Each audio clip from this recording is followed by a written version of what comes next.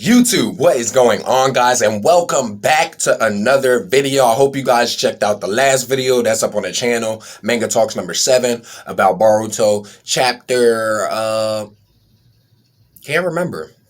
That's funny because I just did it. But anyway, that's neither here nor there. Today we are going to be hopping into Dragon Ball Super's new chapter, okay? Chapter 72, Saiyans and Cerulean. All right, without further ado, guys, we're going to talk about this chapter. Not a lot to talk about in this chapter, so won't be too long of a video. But other than that, guys, let's hop right into it. Let's start this haunting.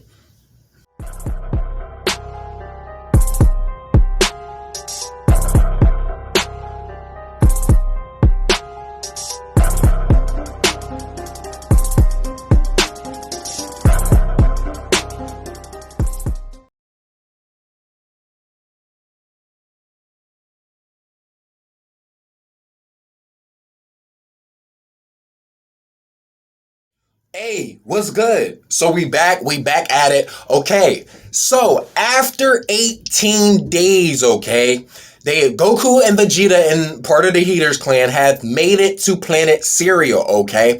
And yes, it has taken 18 days. It was quite the journey, but now that they finally touched down, they're starting to look and pretty much, investigate certain things. Well, I could definitely say that Vegeta is more on the investigating side. He's being a little bit more smart at what he's watching because he seems as though, okay, if this is supposed to be the bad guy, and most bad guys destroy the city in order to get across a message, why does this planet look so peaceful? Why does this planet look like it's still majorly intact, okay?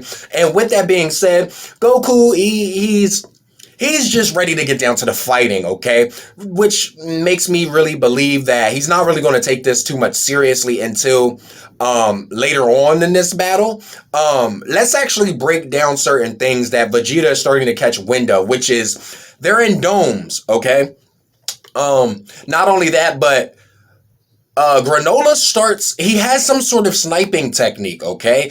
Where this sniping technique has came from, we don't know. And the fact of the matter is, he's much faster than that of instant teleportation, okay? Goku tries to use Ultra Instinct, and Ultra Instinct is not enough.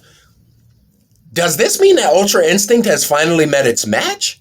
Does that mean that Ultra Instinct needs to be leveled up? We need to talk about that. Let's actually break it down, okay? We're actually going to see it in manga form. So as you can take a look here, Goku spots the glint in the nearby wilderness, and a shot projects out of nowhere, okay? All of a sudden, you see a bunch of blasts just coming out of nowhere. Vegeta's, is it him? These blasts are deadly accurate. I can barely dodge them. Trace them to their origin. That's where we'll find them. Vegeta instantly transforms into Super Saiyan in order to get more of a match of ki. Then as you see them hovering in the air, Vegeta says it stopped, but expect more. Goku automatically transforms. He doesn't transform, but he starts hovering over the signs of Ultra Instinct, okay? If you guys remember Ultra Instinct sign, Goku can automatically tap into that without transforming into Ultra Instinct. That is what this is a form of. Vegeta finally finds it there. As they start to go through, Vegeta is using all of his ki in order to trace the signature energy source, while Goku is moving in Ultra Instinct. They suddenly start to see where it's coming from, but as soon as they come closer to it, there's nothing there. Goku says, there's no one here. That's what gives. Those shots were definitely coming from this spot, Vegeta says. Before he could even think about it, there's another glint in the sky, and he starts throwing them from the sky. Now they're coming from above. One thing leads into another. They're trying to get to Granolah at this point, but Granola's keeping the offensive, keeping them at bay, while Goku is still trying to use Ultra Instinct. Again from the ground. You're saying he's moving faster than we can keep up with? But that's not, all of a sudden, Goku gets hit. He gets hit in a vital spot and he falls to the ground. One shot. Now, as you can see from these panels, Granola's really keeping the offensive here. He's using his sniping shot in order to keep a distance, in order to keep tracing their movements. And with that being said, he's able to get a direct shot on the back of Goku's neck, which is a vital point instantly. Drops him directly to the ground. By that point, Vegeta has no choice but to use a Senzu beam because the shot leaves Goku like he cannot move, okay? So, they only brought 2 Senzu beams on this trip, okay? That's a bad sign. Not being able to see your enemy and already having to use one of your lifelines, okay? That's bad, all right? Then on top of that, Granolah uses a form higher than instant transmission in order to keep up with the speed.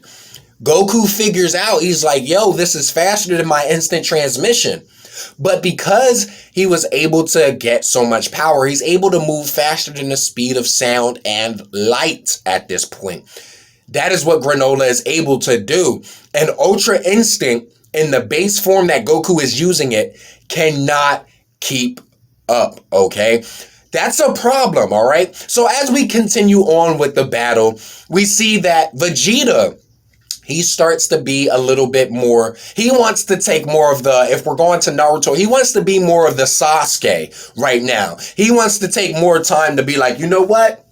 I'm going to sit in the back and see what's going on. You know what I mean? I'm going to observe everything. See if there's a weakness, see if there's an opening, see if there's something that really could trigger, you know, this Cerealian, and then on top of that could make him weaker in a sense. It's great to see Vegeta starting to use more of his mind, okay? Usually we see Vegeta being the more rash one, the more one that's throwing himself into battle, getting beat up.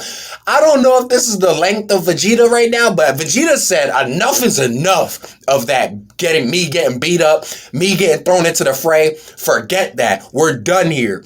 So what he does is he finally tells Goku one thing that us as fans have not really heard Vegeta really say too often, and that is, you may fight this man first. Vegeta is willing to let Goku take the blow and go forth and take the lead as far as this battle is concerned, while Vegeta is mostly doing this in order to observe, okay? With that being said, Goku starts going through his transformations, but it's definitely not enough. This is where we start to see, what's his name? Granola's right eye. We start to understand what this right eye is capable of doing. If you think about it, this right eye is similar to that of the Byakugan, okay? It is able to see, like, I would definitely say it's a mixture of the Byakugan and it's a mixture of the Sharingan at the same time, okay? The Byakugan, for the simple fact of the matter that we know Byakugan can see chakra points. His eye can see blood flow, okay? That's the Byakugan side. The Sharingan side, we know, are able to see moves and detect them before you do them.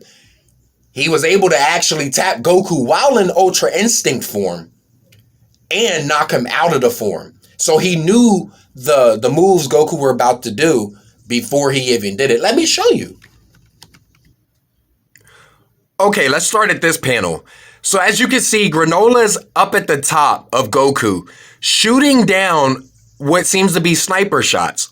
At the bottom of the panel, you see Goku using Ultra Instinct in order to dodge it. Now, what the funny thing is about this form that Goku's using, he's actually in Super Saiyan God mode with Sign over top, okay? Granolah then appears in front of Goku after Goku looks up and doesn't see Granolah. He sees Granolah. As you can see, he attacks Goku. He sees him. Goku's like, you almost got me there. I slipped up, but Goku notices something. Goku instantly falls out of God form. What? How in the... That attack looked like a little tap, says Oil. Vegeta sees it. He targeted a vital point again. How is he learning Kakarot's weaknesses so quickly? Your reaction time is incredibly fast. I could tell that your body moves on its own before your brain even processes incoming attacks. So Goku, surprised, says, "You noticed, huh?"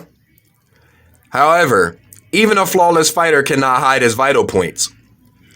As you dodged, I observed your blood flow and muscle movements, and I learned exactly where to strike. Blood flow? You mean you can see stuff like that? This right eye of mine is the sharpest in the universe. It sees all. Sharpest in the universe, huh? A tribe driven to extinction known for their evolved right eyes. Yes, this is starting to sound familiar. I'm sorry about any noise that you guys are hearing in the background. People just decide to do things when I want to record. But anyway, as you can see, he's able to easily, and I mean easily, detect Goku while in Ultra Instinct form and land an attack and knock him out of the transformation. This seems like it's going to be a hasty battle, but as everything starts to come full circle, Vegeta starts to understand. He's starting to be like, you know what? I think I might have heard this guy everywhere or somewhere, as a matter of fact. One thing that we do have to keep in mind is the fact of the matter that Vegeta, at a very young age, was exposed to planets, planet-wise material, planet-sized info, okay? Vegeta almost damn near knew anything about any planet growing up because of his father, okay? His father had a hand on most things under the direct order of Frieza, okay? And King Cold, okay? Many people do not know this, but it was mostly the advancement of Frieza's race controlling the Saiyan race and the Saiyans running amok because of Frieza. But then we start to learn that Frieza's only orders and King Cold's only orders were given to them not only by their teacher, Vegeta and Goku's teacher, but by the god of destruction himself, Beerus, okay? With that being said, Vegeta starts to think, and he's like, you know what? I might have heard about this guy. It's starting to make sense. Let me show you. So as you can see here, Granolah and Goku go into the air. Goku is now in Super Saiyan Blue form, okay?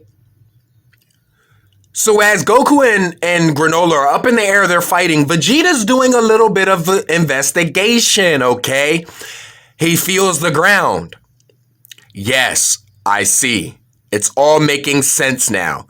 As you can see, the Great Ape footprint is still in the earth, all right? I think I know who he is.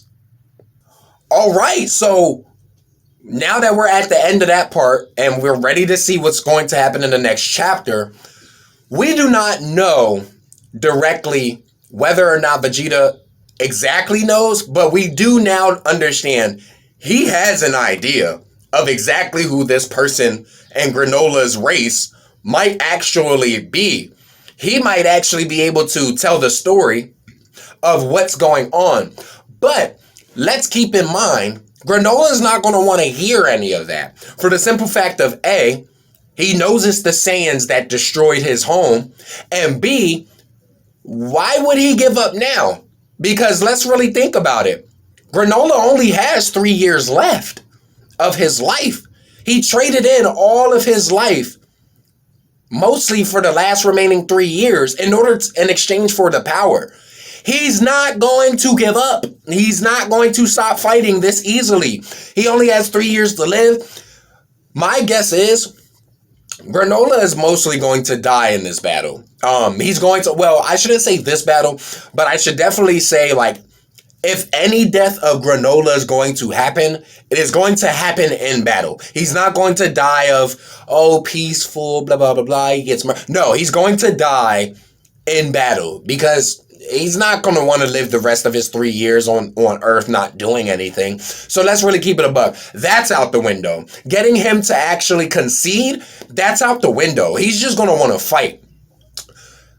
Basically, in this chapter, it was nothing more than them getting to the planet and Goku starting the battle off. All right.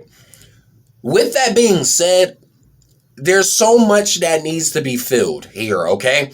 What's going to end up happening to Goku, okay? Because here's the thing. Vegeta started to notice that Goku gets amped ki when he uses Ultra Instinct over a Super Saiyan transformation. That's something we did not get introduced to yet, okay? We know that Ultra Instinct is a technique, but because it's the Saiyans that we're dealing with, and it's because that Goku is dealing with Ultra Instinct in this technique, in order to house the power, it transformed his body and made it a transformation, okay?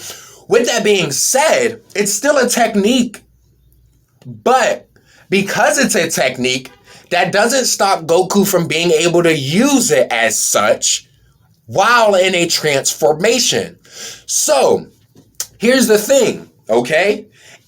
I know you guys may not know this, but have you guys noticed that there's going to be a new Dragon Ball Super movie coming in 2022 that's going to possibly tie in canon to the actual next arc, okay?